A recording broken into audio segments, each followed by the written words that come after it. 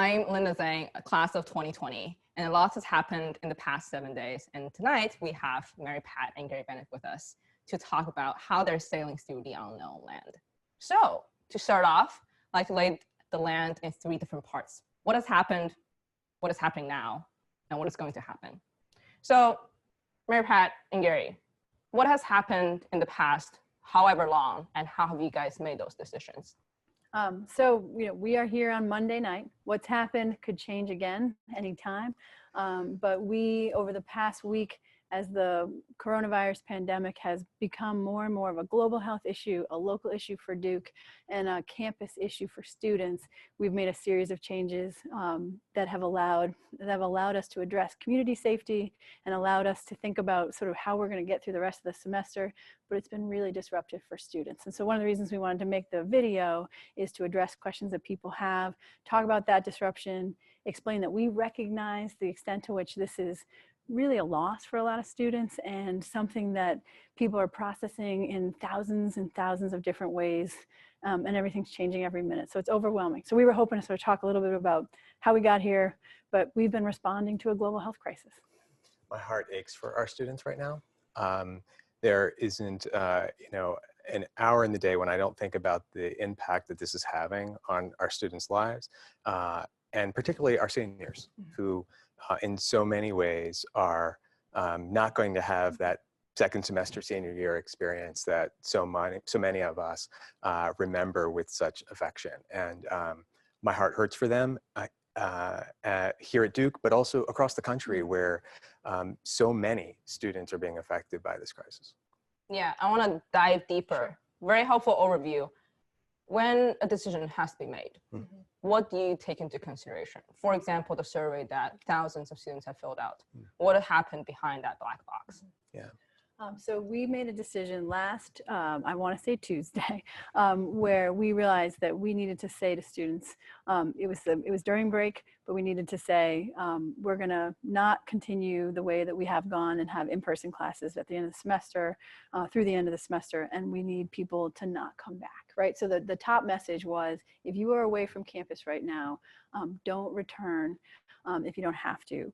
We knew that a lot of people would think, okay, well, I want to grab a few things if I'm not coming back. So we kind of had this registration for, stopping through to get your stuff. And then separately, we communicated, if you want to apply to stay through the rest of the semester and be in on-campus housing, here's a form. We built the form, I think, Tuesday morning, and had it ready to go Tuesday night. Helping us understand the circumstances under which someone would stay. A couple of circumstances. One, international students, and thinking about the complexity of getting home and being able to sort of be safe here or go somewhere. Underlying health conditions, and I want to ask Gary to talk a little bit about that piece, that would impact somebody, somebody who's having surgery, for example, and the surgery scheduled for this week. We're not going to say you have to leave and you can't get the surgery that you need right now, right? Knowing that some of our students are maybe undocumented. Some of our students are in a situation where traveling presents significant danger to them, in addition to the travel, in addition to what's happening with coronavirus on top of that. So we triaged, we had 3,500 unique students fill out the form, 44,000 total entries on the Keep Learning website, many of which were about coming by, grabbing stuff, probably over close to 1,200 which were about staying late. And we were able to approve close to half of those, but not everybody who wanted to stay was able to stay because the number of students who wanted to stay exceeded our ability to support a healthy campus. That's the real challenge here. So with international students in particular, we at one point said, you have to go, even if you're from a CDC level 3 country. We looked further into it. It wasn't the right thing to do. It wasn't. And so we had to change that decision, re-communicate with people. Very distressing for people. We understand that. Trying to strike that balance between our campus health and a curtailed service going forward. I think in some ways, probably Thursday, people had in their minds that campus was going to be, sort of the regular kind of Duke that they know. If you walk around the Broadhead Center right now, we're, 3 of 10 people in this building, and it would normally have hundreds of people in it right now. And thinking about ways that we stand up those services for those who need to stay, and how we get to that number. It was not a straight line by any means. On Saturday over the weekend, we had a team of about 25 people working to suss and review all of those requests, get back to people. I think some people are still waiting. We've had appeals. We've gone back to people a couple times. I've seen a couple of things talking about it being kind of a chaotic process. For the amount and scale of what's happened, we did the best we could, but a lot of people were waiting on us, and I know that. Yeah, and look, no one's ever done anything quite like this before, and I have a huge amount of respect for the team that was here all weekend, all day, all night. Teams that were away from their families this entire weekend explicitly because they care about our students. Yeah. And maybe just to take a step back, why is it that we needed to get to a point where we had to shrink the numbers of folks on campus? It explicitly was because we're trying to lean into the CDC recommended strategies of social distancing, which is really designed for us just to minimize the footprint of people on campus. And that has required us to make some extraordinarily hard decisions. But we had to do it both because we are concerned about our students and our students' health. And indeed, we had tons of students who are coming back from spring break from all parts of the country and all parts of the world. And I think, we certainly have seen challenges with community transmission in other parts of the world, and we're concerned about that. But we're actually concerned about every member of this community, right? We're concerned about the folks who make our food, who serve our food, who clean the Broadhead, who clean the houses. We're concerned about the people, our faculty, 30% of whom are in the target demographic and the high risk demographic of above age 30. We're concerned about, above age 60, thank you. We're concerned about this entire community and the impact that a large number of folks on the campus may have for the risk of community transmission. One of the best things about Duke is that we are in very close proximity to our health center. One of the challenges in a moment like this is that we're in very close proximity to our health center. Many of my physician colleagues park in the same parking lot that I do, which is incidentally the same parking lot, the Allen parking lot, where many of our students park after 5 o'clock. One of the biggest priorities for us is to ensure that Duke Health, one of the best healthcare facilities in the world, can continue operating at a high level and can be a resource to people in this community and in this region should the inevitable happen. And so we had to take steps to minimize the number of people on campus to protect everyone who's a member of this community. And we know with the global pandemic that there's a likelihood that the health service is going to be impacted by that as well. So, it speaks to the idea that everything is different today than it was a week ago. And we're trying to make the best decisions with that public health interest as we can. And literally things have been changing so quickly, that it's we've mounted responses and then needed to adjust those responses mid-response in order to accommodate the changing information. And importantly, we're not just responding to what's happening right now, but we're also trying to make projections about what's going to happen in the next week or two so that we can make sure that we're really keeping people safe. Yeah. We do anticipate, I know you're going to ask us what's happening. I'm going to say a little bit about what we think is happening this week. We do anticipate, similar to the Bay Area just came out earlier this afternoon with curtailed sort of public sources, I think shelter in place. New York has a curfew and New Jersey has a curfew tonight. We anticipate that Durham and North Carolina are apt in the very near future to also shut down bars and restaurants and curtail other services around town. It's not a normal time. No, I will say that our foremost priority, our highest priority is ensuring the health and safety of folks in this community. And we have placed particular attention to, as Mary Pat said earlier, our most vulnerable students. I've seen some things online that have sort of questioned our attention to our low-income students or students from rural areas, our independent students, our undocumented students, some of our graduate students who call Durham home. And I understand those concerns, but I want to assure you that I haven't interacted with a colleague in this process who hasn't been wholly consumed by the challenge of trying to ensure that the students who need the most help get it. And the message that we've heard from our boss, Provost Kornbluth, and from President Price consistently has been that we should take all steps to make sure that we're trying to protect the interests of all members of our community with particular attention to those socioeconomic standing or geographic standing or international standing provides requires that we really attend to them with a high level of attention.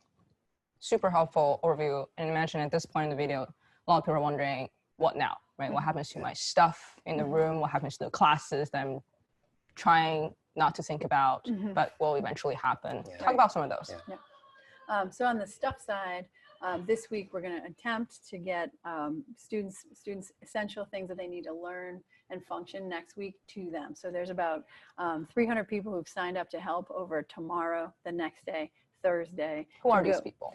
Members of the Duke community. I've actually tried to keep the student affairs staff away from it because no one on my team has gone home at any reasonable hour, any day or night, weekend, otherwise. And there are lots of other people on the Duke campus that want to be helpful right now. So staff from athletics, staff from alumni affairs, staff from the university communications team, a whole bunch of people have signed up. The idea is that they'll go in, this is so-and-so's room. One thing they could do is FaceTime or call that person. Hi, I'm standing here. And we 2 people, it's not gonna be 1 person in somebody's room. Okay, you said you need the pink notebook. It's right here. I got your pink notebook. Okay, you said you also need, your sneakers, right? We're trying to limit it. We can't mail everything. We are mailing musical instruments because people need that if they're musicians and music majors, right? And so those folks are going in over the course of a couple of days, and then there's a shipping process of making sure we have people's correct address right now, getting that stuff out to those people. And just to clarify, this is essential items. Essential items. So that I don't have a full answer on what's going to happen on all of my stuff. What's going to happen with move out, what's going to happen with storage. Things have changed so quickly. If I was going to predict that right now, I probably would be wrong tomorrow. And we're not concerned about what's in the room. We're not concerned about what's in the room. Cool. Academics.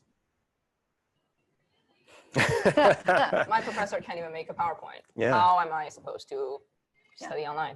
Well, as you know, we're asking all of our faculty to transition all the courses to what we're calling remote delivery actually during this week, the extended week of spring break. We think that in some cases, maybe many cases, our faculty are going to transition those classes to video-based delivery, so probably via Zoom.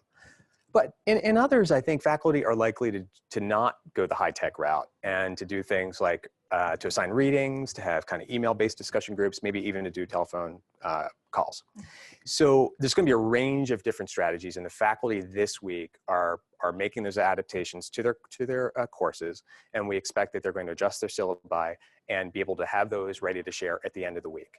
We have an extraordinary group of folks who are supporting faculty to make these transitions. We actually have a fair amount of experience making these transitions to video-based delivery. We just kind of went through this with DKU. We have a shop that's sort of trained up to help folks who are unfamiliar with these different kinds of delivery strategies to be able to do it and to do it reasonably well. To be clear, we have made mistakes in the last couple of weeks. We are going to make mistakes in this process. I don't expect it to be smooth in all cases, but all of the deans, the provost, the 2 of us, we're aligned. We realize this is going to be difficult. It's not business as usual. And our job is to ensure that students can complete their classes successfully. We are going to be less stringent than we normally would be. And we're going to be more open to to be more flexible, right? We're going to be much more flexible. And we're going to try to help folks through the end of the semester. And if you encounter challenges in a class, I strongly encourage you to talk to the faculty member. The truth is that faculty members are also experiencing this, a host of emotions related to this: anxiety, stress, depression, right?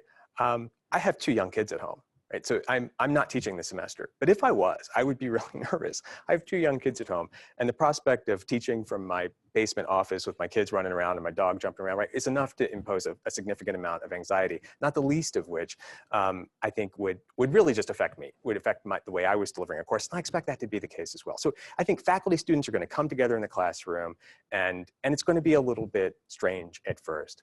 My hope is that over the next week or 2, we'll sort of settle into a groove, and with a sort of an ethos of flexibility and just understanding the complexity of the moment, we'll get through the end of the semester. I'm pretty confident about that. I think 2 logistics point that students be interested in with regard to academics is 1, on the time zone differences, not just domestically, but also internationally. And 2 is the petition that has been garnered a lot of attention from folks about pass and fail. Do you mind speaking to those? Sure. So we recognize that students come from all over the country and all over the world. and that's going to pose some challenges. So what we're asking faculty to do is that if they're using video-based delivery, if they're doing this via Zoom, that they teach their classes in sort of a synchronous kind of experience. So they're having their classes at their appointed time, and they're delivering them via video. And we're asking them, if they're doing it synchronously that way, that they record a copy of their lectures and that they make it available to students who live in time zones, primarily time zones outside the US, in different parts of the world where they may need an asynchronous experience. And we are not going to penalize students if they live in a part of the world where they need an asynchronous experience. We understand that it's just going to be a feature of this experience in the semester. And so we've made that clear to our faculty, and we want students to know that as well. As for the petition, with respect to increasing or making a policy change so that more students could take advantage of satisfactory or unsatisfactory classes this semester. This is something that we've been actively discussing over the last couple of days. We've been discussing it both, at about the same time the petition was being written. And so it was one of those moments for me that I just love, because I was getting emails from faculty saying, hey, have you considered going satisfactory, unsatisfactory this semester? And I was seeing the petition online with students saying the same thing.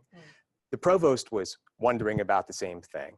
So there was alignment, but they're kinks, and they're real practical issues that have to be worked out.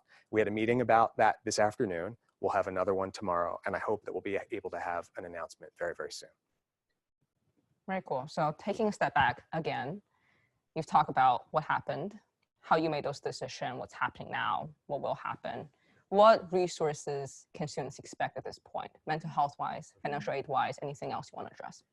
We are very close to, we are so close that I feel I can say that we're this close to contracting with mental health, a really well-vetted, really good telehealth mental health service that we'll be able to offer and roll out to students next week. That is a fingers crossed, not a guarantee, but we're very close to getting that set, because we are certainly aware that many students access. We just had a mental health forum, 2 Mondays ago before everything changed, right? We know that could be a really, really valuable resource and tool for students as everybody's adapting to this, and that could be something that people could sign on to and access support.